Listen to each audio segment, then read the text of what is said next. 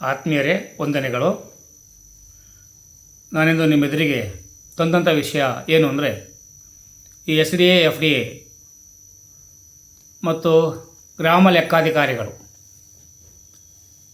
ಆಗಬೇಕಾದ್ರೆ ಕಂಪ್ಯೂಟರ್ ಜ್ಞಾನ ಮುಖ್ಯ. ನನಗೆ ಓದಲಿಕ್ಕೆ ಬರಲಿಕ್ಕೆ ಬರ್ತದೆ ಅಂದರೆ ಲಿಟ್ರಸಿ ರೇಟ್ ಹೇಳ್ತಾರೆ. ಆದರೆ ಓದಲಿಕ್ಕೆ ಬರಲಿಕ್ಕೆ ಬಂದು ಕಂಪ್ಯೂಟರ್ ಜ್ಞಾನ ಇರಲಿಲ್ಲ ಅಂದರೆ ಅವನು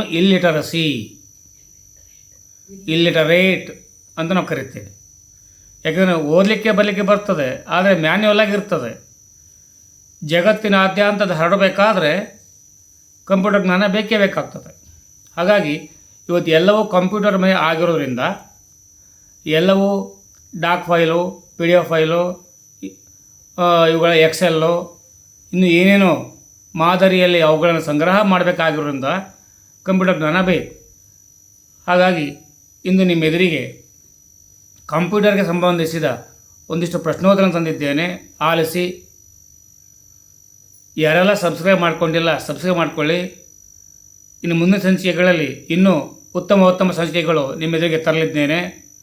ನಿಮ್ಮ ಬಲವೇ ನನ್ನ ಧ್ವನಿಗೆ ಒಂದು ಆತ್ಮಸ್ಥೈರ್ಯ ಅಂತ ನಾನು ಹೇಳಲಿಕ್ಕೆ ಇಷ್ಟಪಡ್ತೇನೆ. ದೊಡ್ಡ ಪ್ರಮಾಣದಲ್ಲಿ ಭೌಗೋಳಿಕವಾಗಿ ಹರಡಿರುವ ಆಫೀಸ್ ಲಾನ್ಸನ್ನು ಕಾರ್ಪೊರೇಟ್ ಬಳಕೆಯಿಂದ ಸಂಪರ್ಕಿಸಬಹುದೇ? ಡ್ಯಾಶ್ ಬಳಕೆಯಿಂದ ಸಂಪರ್ಕಿಸಬಹುದೇ? ಇದು ಪ್ರಶ್ನೆ. WAN van wide area network ಅಂತ ಹೇಳ್ತೇವೆ. ವ್ಯಾನ್ ವಿಸ್ತೃತ ರೂಪ ವೈಡ್ ಏರಿಯಾ ನೆಟ್ವರ್ಕ್. ಕಡತದ ನಕಲನ್ನು ಒಂದು ಕಂಪ್ಯೂಟರ್ನಿಂದ ಇನ್ನೊಂದಕ್ಕೆ ಸಂವಹನ ಚಾನೆಲ್ ಮೂಲಕ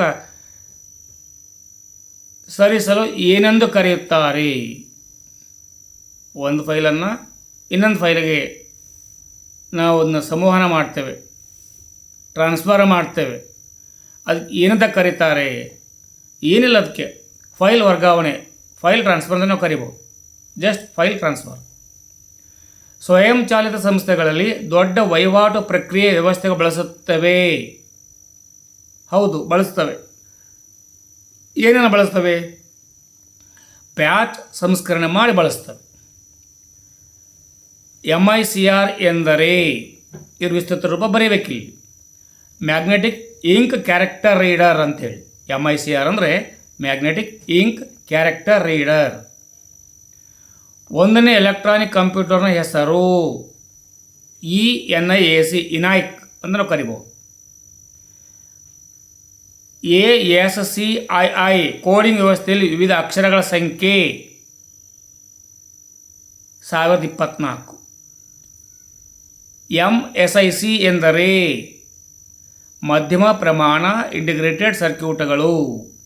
ಮಧ್ಯಮ ಪ್ರಮಾಣ ಇಂಟಿಗ್ರೇಟೆಡ್ ಸರ್ಕ್ಯೂಟ್ಗಳಿಗೆ MSIC ಎಂದು ಕರೆಯಬಹುದು. ಕೋಡನ್ನು ಸ್ಕ್ರ್ಯಾಂಬ್ಲಿಂಗನ್ನು ಡ್ಯಾಶ್ ಎಂದು ಕರೆಯಲಾಗ್ತದೆ. ಕೋಡ್ ಕೊಟ್ಟಿರ್ತಾರೆ, ಅದನ್ನು ಡಿಕೋಡಿಂಗ್ ಮಾಡಬೇಕಾಗ್ತದೆ. ಅದಕ್ಕೆ ಏನು ಕರೀತಾರೆ? ಗೂಢ ಲಿಪೀಕರಣ.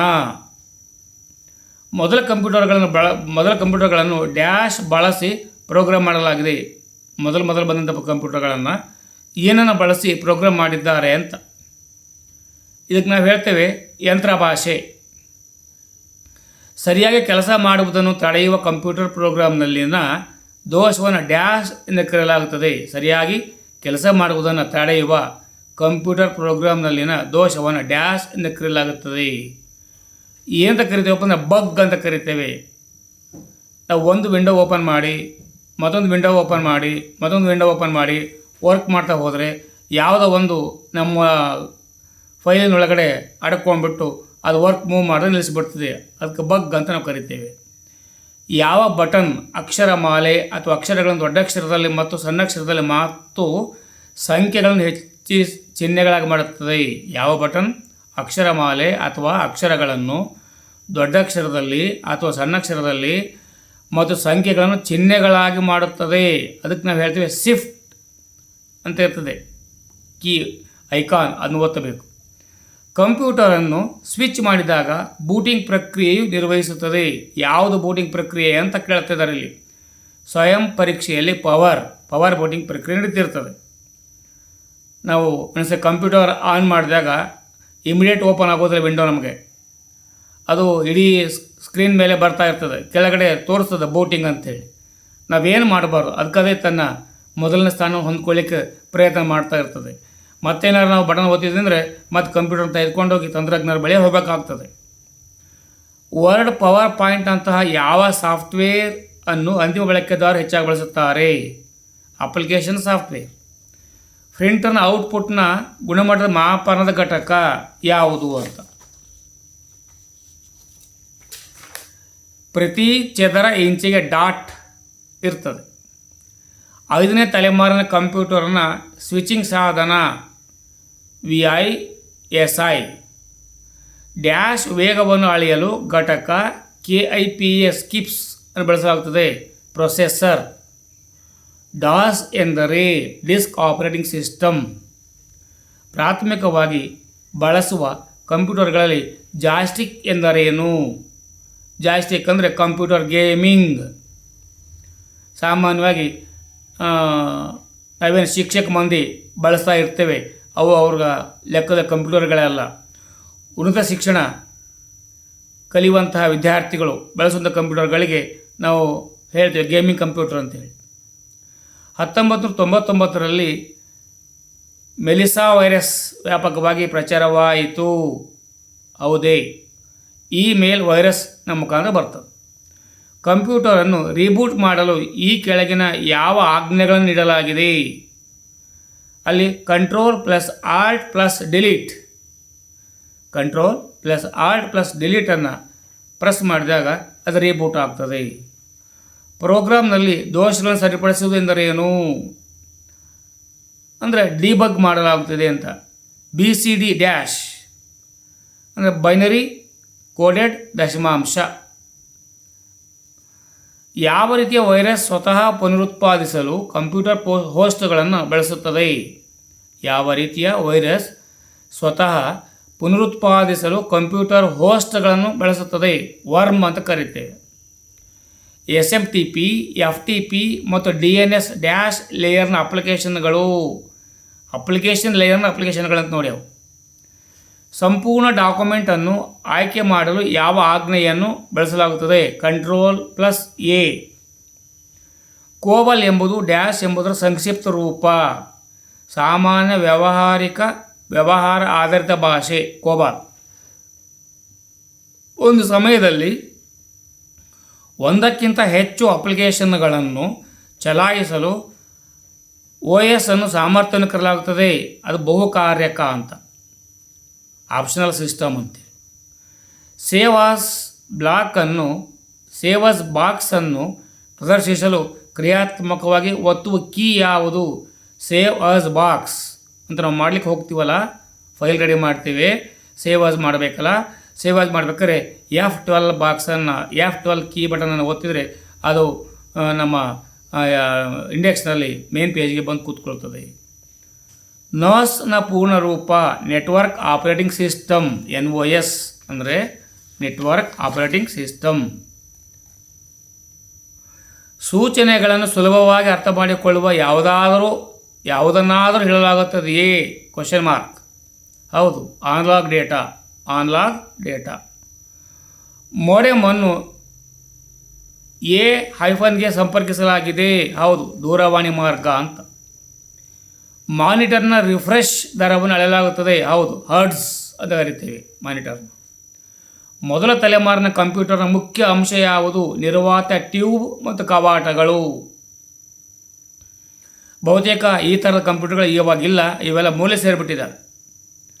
ಕಂಪ್ಯೂಟರ್ನ ಮೌಸ್ನ ಪಿತಾಮಹ ಎಂದು ಯಾರನ್ನು ಕರಿತೇವೆ? ಡೌಗ್ಲಸ್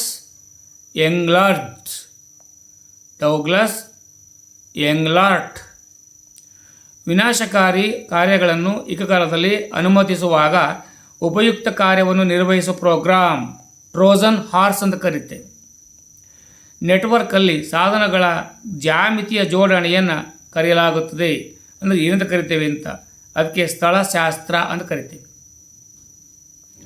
ನೀವು ಪರೀಕ್ಷೆ ಎದುರಿಸಲಿಕ್ಕೆ ಹೋದಾಗ ಇಂಥವೇನಾರು ಪ್ರಶ್ನೆಗಳು ನಿಮ್ಮ ಗಮನಕ್ಕೆ ಬಂದರೆ ನನ್ನ ಶ್ರಮ ಸಾರ್ಥಕ.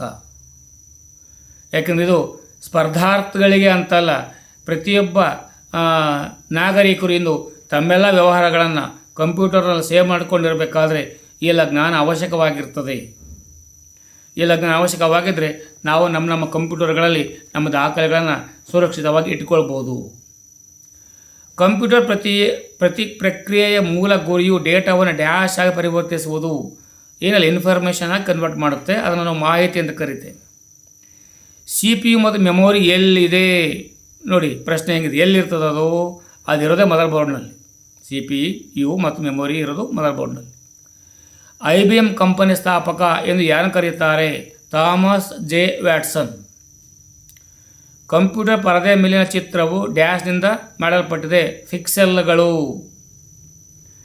ಮ್ಯಾನನ ಪೂರ್ಣ ರೂಪ ನೋಡಿರಿ, ಮ್ಯಾನ್ ಅಂದರೆ ನಾವು ಒಂದೇ ತಕ್ಷಣ ಮನುಷ್ಯ ಅಂದ್ಬಿಡ್ತೇವೆ. ಇಲ್ಲಿ ಮನುಷ್ಯ ಅಲ್ಲ, ಕಂಪ್ಯೂಟರ್ ಲ್ಯಾಂಗ್ವೇಜಲ್ಲಿ ಮ್ಯಾನ್ ಅಂದರೆ metropolitan area network.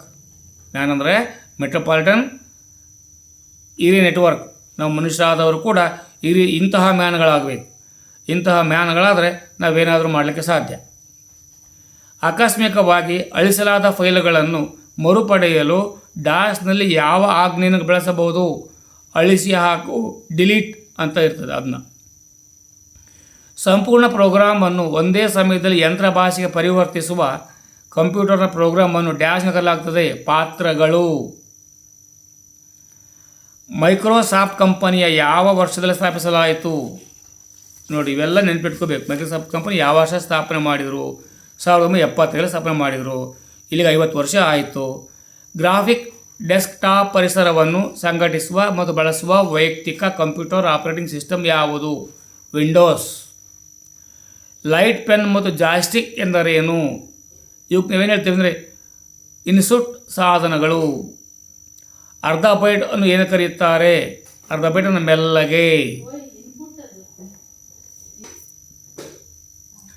Light pen ಮತ್ತು ಜಾಯ್ಸ್ಟಿಕ್ ಏನು ಕರೆಯುತ್ತಾರೆ? ಅದು ಇನ್ಪುಟ್ ಸಾಧನಗಳು ಎಂದು ಕರೆಯುತ್ತಾರೆ. ಸರಿಪಡಿಸ್ಕೊಳ್ಳಿ, ನನಗಾಗಲೇ ಬಾಯಿ ತಪ್ಪು ಹೇಳಿಬಿಟ್ಟೆ.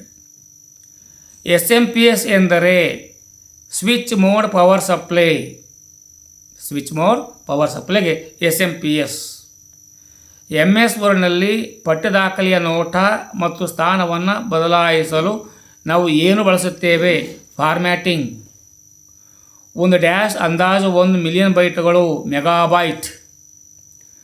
ಡೈಸಿ, ವೀಲ್, ಡ್ರಮ್ ಚೈನ್ ಇತ್ಯಾದಿಗಳೆಂದರೆ ಇವುಗಳಿಗೆಲ್ಲ ಮುದ್ರಿಕೆಗಳು ಅಥವಾ ಪ್ರಿಂಟರ್ಸ್ ಅಂತ ನಾವು ಕರಿಬೋದು.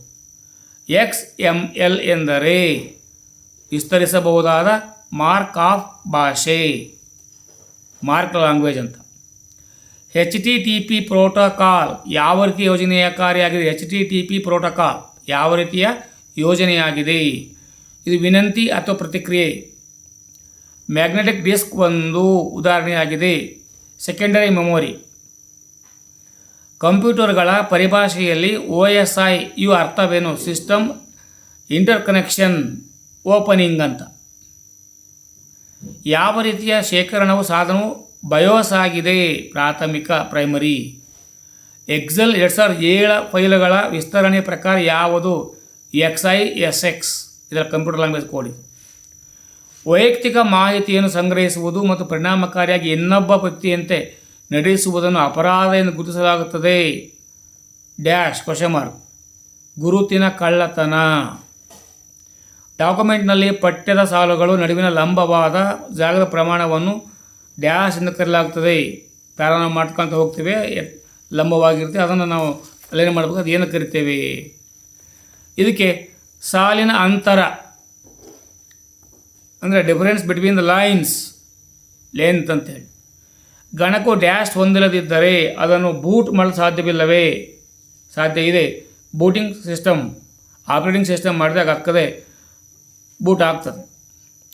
ಪ್ರೋಗ್ರಾಮ್ ಮಾಡಿದ ಚಿಪ್ಗೆ ಬೇರೆ ಹೆಸರೇನು? LSIC ಅಂತ ಹೇಳ್ಬೋದು. LSIC. ಸಾಮಾನ್ಯ CD-ROM ಸಾಮಾನ್ಯವಾಗಿ ಡ್ಯಾಶ್ ಡೇಟಾವನ್ನು ಸಂಗ್ರಹಿಸಬಹುದು. ಹೌದು, ಮಾಡ್ಬೋದು. 680 MB ಮಾಡ್ಬೋದು. DMA ಏನನ್ನು ಸೂಚಿಸುತ್ತದೆ? ನೇರ ಮೆಮೊರಿ ಪ್ರವೇಶ. ಲಾನನ ಪೂರ್ಣ ರೂಪ LAN, ಲಾನ್. ಇದರ ಪೂರ್ಣ ರೂಪ ಏನಪ್ಪ ಅಂದರೆ ಲೋಕಲ್ ಏರಿಯಾ ನೆಟ್ವರ್ಕ್. ASCII ಎಂದರೆ ಮಾಹಿತಿ ವಿನಿಮಯಕ್ಕಾಗಿ American standard code. American standard code. ASC American standard code. ಎರಡನೇ ತಲೆಮಾರಿನ ಕಂಪ್ಯೂಟರ್ಗಳನ್ನು ಡ್ಯಾಶ್ ಸಮಯದಲ್ಲಿ ಅಭಿವೃದ್ಧಿಪಡಿಸಲಾಯಿತು. ಹೌದು, 1956ರಿಂದ 65 ಮಧ್ಯೆ ಏನು ತಯಾರಿ ಮಾಡಿದರು ಅವುಗಳಿಗೆಲ್ಲ ನಾವು ಹೇಳ್ತೀವಿ ಎರಡನೇ ತಲೆಮಾರಿನ ಕಂಪ್ಯೂಟರ್ಗಳು. ಕಮಾನು ಪ್ರತಿಸ್ಪರ್ಧಿಗಳಾದ IBM ಮತ್ತು ಆ್ಯಪಲ್ ಕಂಪ್ಯೂಟರ್ಸ್ INC ಯಾವಾಗ ಕೈ ಜೋಡಿಸಿ ನಿರ್ಧರಿಸಿದವು? ಇವು 1991ರಲ್ಲಿ ಈ IBM ಮತ್ತು ಆ್ಯಪಲ್ ಕಂಪ್ಯೂಟರ್ಗಳು ಕೈ ಜೋಡಿಸಿದವು. ಯಾವ ರೀತಿಯ ಸ್ಮರಣೆಯ ಸ್ಥಿರ ಮತ್ತು ಭಾಷಾಶೀಲವಲ್ಲದ ಎರಡೂ ಆಗಿದೆ? RAM. ಸಾಫ್ಟ್ವೇರ್ ಅಥವಾ ಹಾರ್ಡ್ವೇರ್ನಲ್ಲಿನ ದೋಷವನ್ನು ಬಗ್ ಎಂದು ಕರೆಯಲಾಗುತ್ತದೆ. ಅದಕ್ಕೆ ಪರ್ಯಾಯವಾದ ಕಂಪ್ಯೂಟರ್ ಪರಿಭಾಷೆ ಏನು? ಗ್ಲಿಚ್ ಅಂತ ಕರೀತಾರೆ ಅಂತ ನೋಡಿ. ಗ್ಲಿಚ್. ಅಪೇಕ್ಷಿಸಿದ ಬೃಹತ್ ಇಮೇಲ್ನಂತಹ ಅನಗತ್ಯ ಪುನರಾವರ್ತಿತ ಸಂದೇಶಗಳನ್ನು ಡ್ಯಾಶ್ನ ಕರೆಯಲಾಗುತ್ತದೆ. ಸ್ಟ್ಯಾಮ್. ಪಾಸ್ವರ್ಡ್ಗಳನ್ನು ಕದಿಯುವ ಅಪರಾಧದ ಸಾಮಾನ್ಯ ಹೆಸರು ವಂಚನೆ. ಬಯೋಸ್ ಎಂದರೆ ಮೂಲ input output system. Basic input output system ಇಂಗ್ಲೀಷ್ನ ಬೇಕಾದ ಬಯೋಸ್.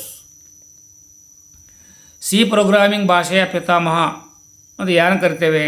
ಡೆನ್ನಿಸ್ ರಿಚ್ಚಿ. ಕಂಪ್ಯೂಟರ್ನ ಪ್ರೊಸೆಸರ್ ಆಗಿ ರ್ಯಾಮನ್ನು ಡ್ಯಾಶ್ನ ಪರಿಗಣಿಸಲಾಗಿದೆ. ಇದು ವಾಚ್ ರೂಮ್ ಅಂತ ಕರಿಬೋದು ನಾವು. ಕಾಯುವ ಕೋಣೆ. Watch room.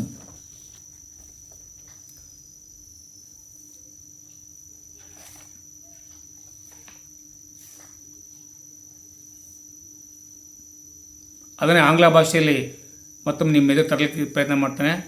Office LANs which are scattered geographically on large scale can be connected by the users of corporate. That answer is WAN, Wide Area Network. To move a copy of file from one computer to another over a communication channel is called file transfer.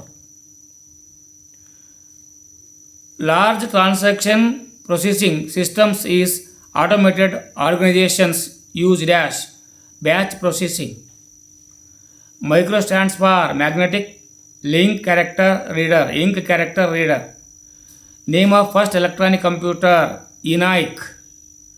Number of different characters in ASCII coding system 1024. MSIC stand for medium scale integrated circuits. The scrambling of code is known as encryption.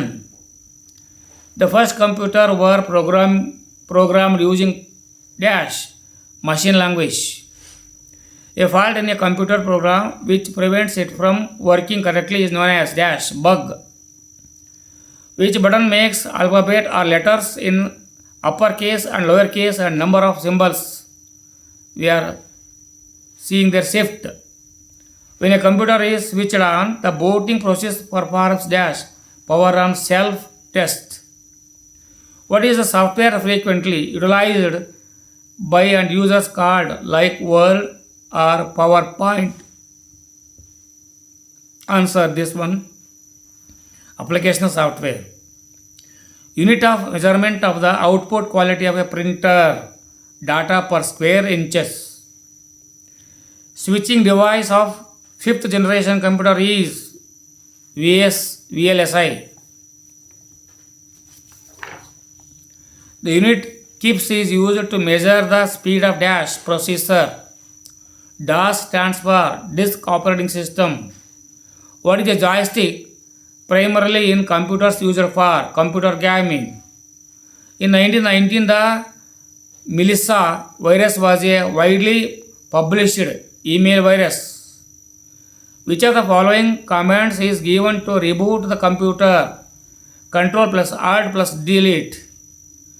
What is correcting errors in a program called? The program is called debugging. BCD is dash, binary coded decimal. What types of virus uses computer hosts to reproduce itself? Worm. SMTP, FTP, DNS are applications of the dash layer application. Which command is used to select the whole document? Control plus A. COBOL is an acronym for dash, Common Business Oriented Language. The ability of an OS to run more than one application at a time is called multitasking. ಧನ್ಯವಾದಗಳು ಆತ್ಮೀಯರೇ. ಬಳಸ್ಕೊಳ್ಳಿ, ಪುನರ್ಮನನ ಮಾಡ್ಕೊಳ್ಳಿ, ಮಂದಟ್ಟು ಮಾಡ್ಕೊಳ್ಳಿ. ಇದಕ್ಕೆ program ನೀವು computer open ಮಾಡಿಕೊಂಡು ಇವುಗಳನ್ನು ಪ್ರತ್ಯಕ್ಷೀಕರಣ ಮಾಡಿಕೊಂಡ್ರೆ ಗಟ್ಟಿ ಆಗ್ತದೆ. ಇಲ್ಲಿ ಮ್ಯಾನ್ ಅಂದರೆ ಮಲ್ಟಿಯರ್ ನೆಟ್ವರ್ಕು ಆಗ್ತದೆ, ಮೆಟ್ರೋಪಾಲಿಟನ್ ಏರಿಯಾ ನೆಟ್ವರ್ಕು ಅಂತಲೂ ಬರ್ತದೆ. ಯಾಕಂದರೆ ಮೆಟ್ರೋಪಾಲಿಟನ್ ಏರಿಯಾ ಅಂದ ತಕ್ಷಣ ನಾವು ಒಂದು ಏರಿಯಾಗೆ ಹೋಗಿರ್ತೇವೆ, ಬೆಂಗಳೂರಿಗೆ ಹೋಗಿರ್ತೇವೆ, ಅದು ಮುಂಬೈನ ವರ್ಕ್ ಮಾಡ್ತಿರ್ತೇವೆ, ಕಲ್ಕತ್ತಾ ವರ್ಕ್ ಮಾಡ್ತಿರ್ತೇವೆ. ಅಲ್ಲಿ ಮೆಟ್ರೋಪಾಲಿಟನ್ ಸಿಟಿಗಳು ಜಾಸ್ತಿ ಇರ್ತದೆ. ಅಂಥ ಕಡೆಗೆ ನೆಟ್ವರ್ಕ್ ಏರಿಯಾ ಭಾಳಷ್ಟು ವೈಡಾಗಿ ಬೇಕಾಗ್ತದೆ. ಹಾಗಾಗಿ ಮೆಟ್ರೋಪಾಲಿಟನ್ ನೆಟ್ವರ್ಕ್ ಅಂತ ಹೇಳ್ಬೋದು, ಮಲ್ಟಿ ಏರಿಯಾ ನೆಟ್ವರ್ಕ್ ಅಂತಲೂ ಹೇಳ್ಬೋದು. ನಾವು ಅಭ್ಯಾಸ ಮಾಡ್ಕೊಳ್ಳಿ, ಮನನ ಮಾಡ್ಕೊಳ್ಳಿ, ಮಂದಟ್ಟು ಮಾಡ್ಕೊಳ್ಳಿ. ನೀವು ಶೇರ್ ಮಾಡಿ, ಯಾರೆಲ್ಲ ಸಬ್ಸ್ಕ್ರೈಬ್ ಮಾಡ್ಕೊಳ್ಳಿ. ಇದಕ್ಕಿಂತ ಉನ್ನತ ಹಂತದ ವಿಡಿಯೋಗಳನ್ನು ನಿಮ್ಮ ಎದುರು ತರಲಿಕ್ಕೆ ಇಷ್ಟಪಡ್ತೇನೆ. ಧನ್ಯವಾದಗಳು. ಜೈ ಹಿಂದ್, ಜೈ ಕರ್ನಾಟಕ, ಜೈ ಭಾರತ್ ಮಾತೆ.